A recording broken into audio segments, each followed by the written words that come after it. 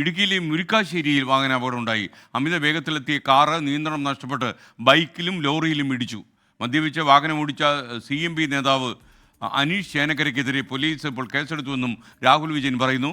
ഇടുക്കിയിൽ നിന്ന് രാഹുൽ വിജയൻ തത്സമയം ചേരുകയാണ്.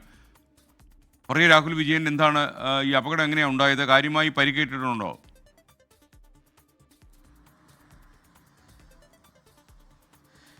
കാര്യമായി പരിക്കേറ്റിട്ടുണ്ട് എന്നുള്ളതാണ് നമുക്ക് മനസ്സിലാക്കാൻ കഴിയുന്നത്. ഉപ്പുതോട് സ്വദേശി രാജൻ എന്ന് പറയുന്ന ആളുടെ 2 കാലുകൾ മുടിഞ്ഞിട്ടുണ്ട്. ആ CCTV ദൃശ്യങ്ങൾ കണ്ടു കഴിഞ്ഞാൽ അത് ഭയാനകമാണ്.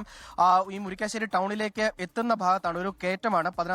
താഴത്തെ 16 എന്ന് പറയുന്ന ഒരു സ്ഥലമുണ്ട്. അവിടെ നിന്ന് കയറി മുരിക്കാശ്ശേരിയിലേക്ക് വരുന്ന ഭാഗമാണ്. അമിത വേഗതയിലെത്തിയ സ്വിഫ്റ്റ് കാർ ആ റോഡ് സൈഡിൽ നിർത്തിയിട്ടിരുന്ന ലോറിക്കെട്ട് ഇടിച്ച് കയറുകയായിരുന്നു. അതിന്റെ വശത്ത് നിന്ന് വന്ന ഒരു ബൈക്കും ഇടിച്ച് തെറിപ്പിക്കുന്നുണ്ട്. ആ ലോറിയുടെ സൈഡിൽ നിന്നിരുന്ന ആൾക്കാണ് ഈ കാലിന് പരിക്കേറ്റത് എന്നുള്ളതാണ് നമുക്ക് മനസ്സിലാക്കാൻ കഴിയുന്നത്. എന്തായാലും ഈ CMP നേതാവായിട്ടുള്ള ഈ അനീഷ് ചേനക്കര മദ്യപിച്ചിട്ടുണ്ടായിരുന്നു എന്നുള്ളതാണ് പോലീസിന്റെ പ്രാഥമിക അന്വേഷണത്തിൽ കണ്ടെത്താനും കഴിഞ്ഞിട്ടുള്ളത്. ഇതിന്റെ അടിസ്ഥാനത്തിൽ ഇയാൾക്കെതിരെ കേസെടുക്കുകയും ചെയ്തിട്ടുണ്ട് എന്നുള്ളതാണ് മുരിക്കാശ്ശേരി പോലീസ് പറയുകയും ചെയ്തിട്ടുള്ളത്. ഈ വാഹനത്തിൽ മറ്റൊരാൾ കൂടി ഉണ്ടായിരുന്നു.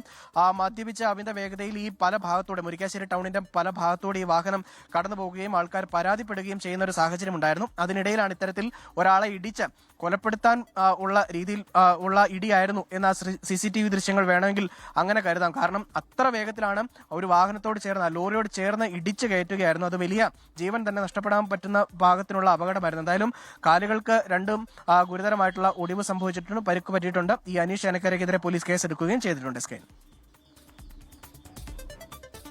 ലോകത്തെവിടെയായാലും ഏത് സമയത്തും 24 വാർത്തകളും ഓഗ്മെന്റഡ് റിയാലിറ്റി പാക്കേജുകളും എക്സ്പ്ലെയിനറുകളും വിശദമായി കാണാൻ ഞങ്ങളുടെ YouTube ചാനൽ നിങ്ങൾക്ക് സബ്സ്ക്രൈബ് ചെയ്യാം.